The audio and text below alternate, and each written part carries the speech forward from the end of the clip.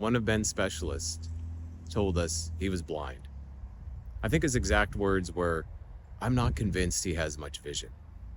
And that came just after shining a light in his eyes and waving his hands in front of him.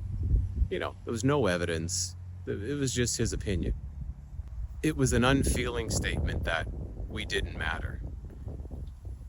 We were just trying to hold everything together. We had just learned that Ben had all kinds of other issues too. That moment has never left me after 32 years. It doesn't haunt me anymore because, of course, he was so very wrong. It screamed of how little he understood how to take care of his patients, especially complex persons like Ben.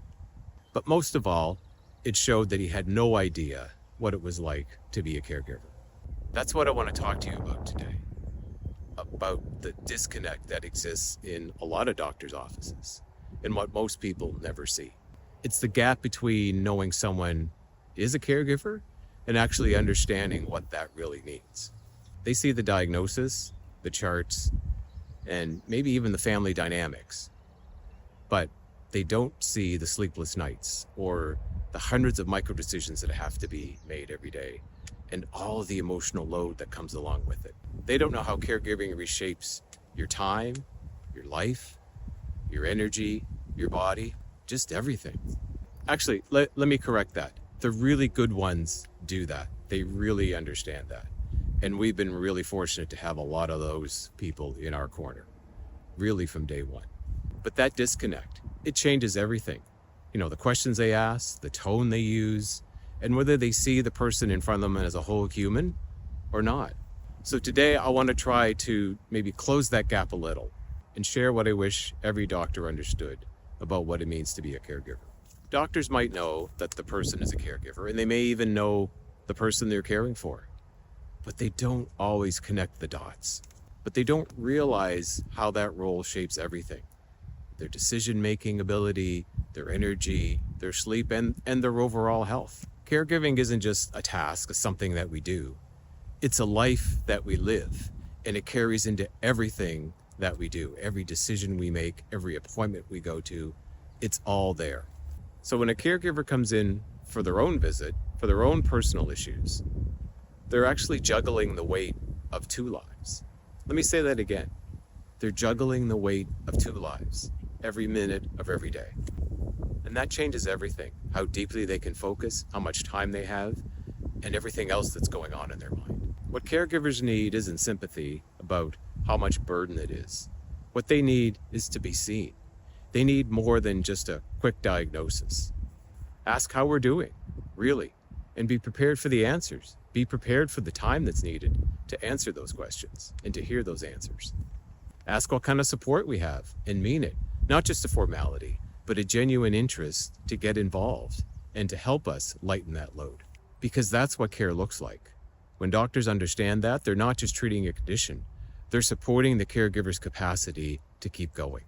When a family caregiver shows up for their family member's appointment, they're not just there to take notes. They're the historian.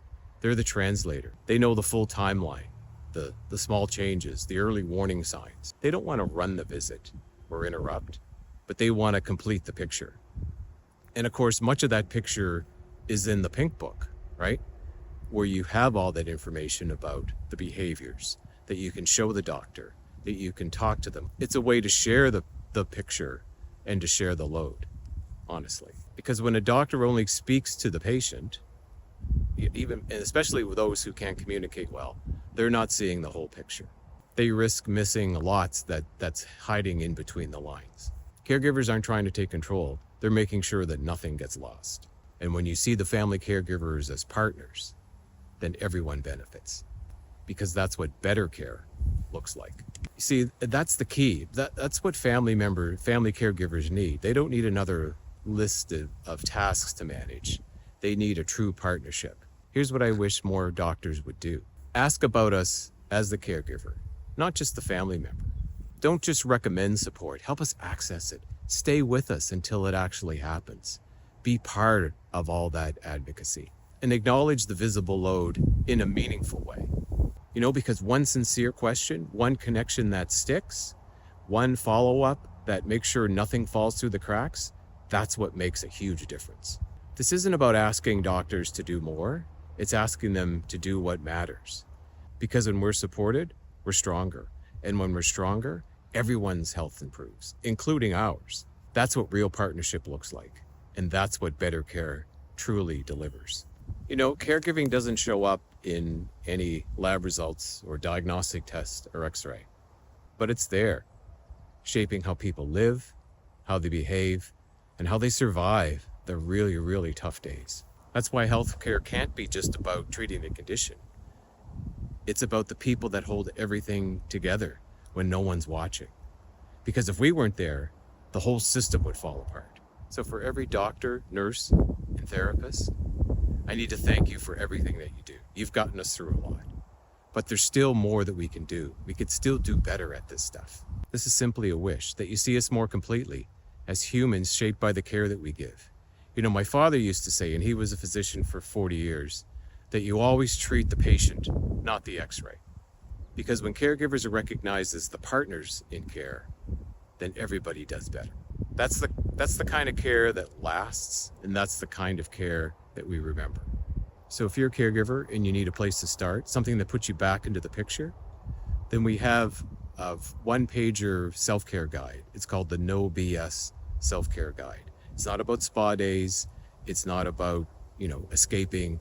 It's about strength and clarity and capacity and getting you back in the game. So if you want to learn more, just put me in the comments and I'll send you the link. Most of all, remember that you are the continuity. You're the one that keeps everything together. You're the thread that connects appointments and treatments and just daily life. Keep showing up. Keep speaking up. You're not invisible and you're not alone.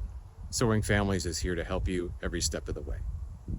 I hope you have a great rest of your day.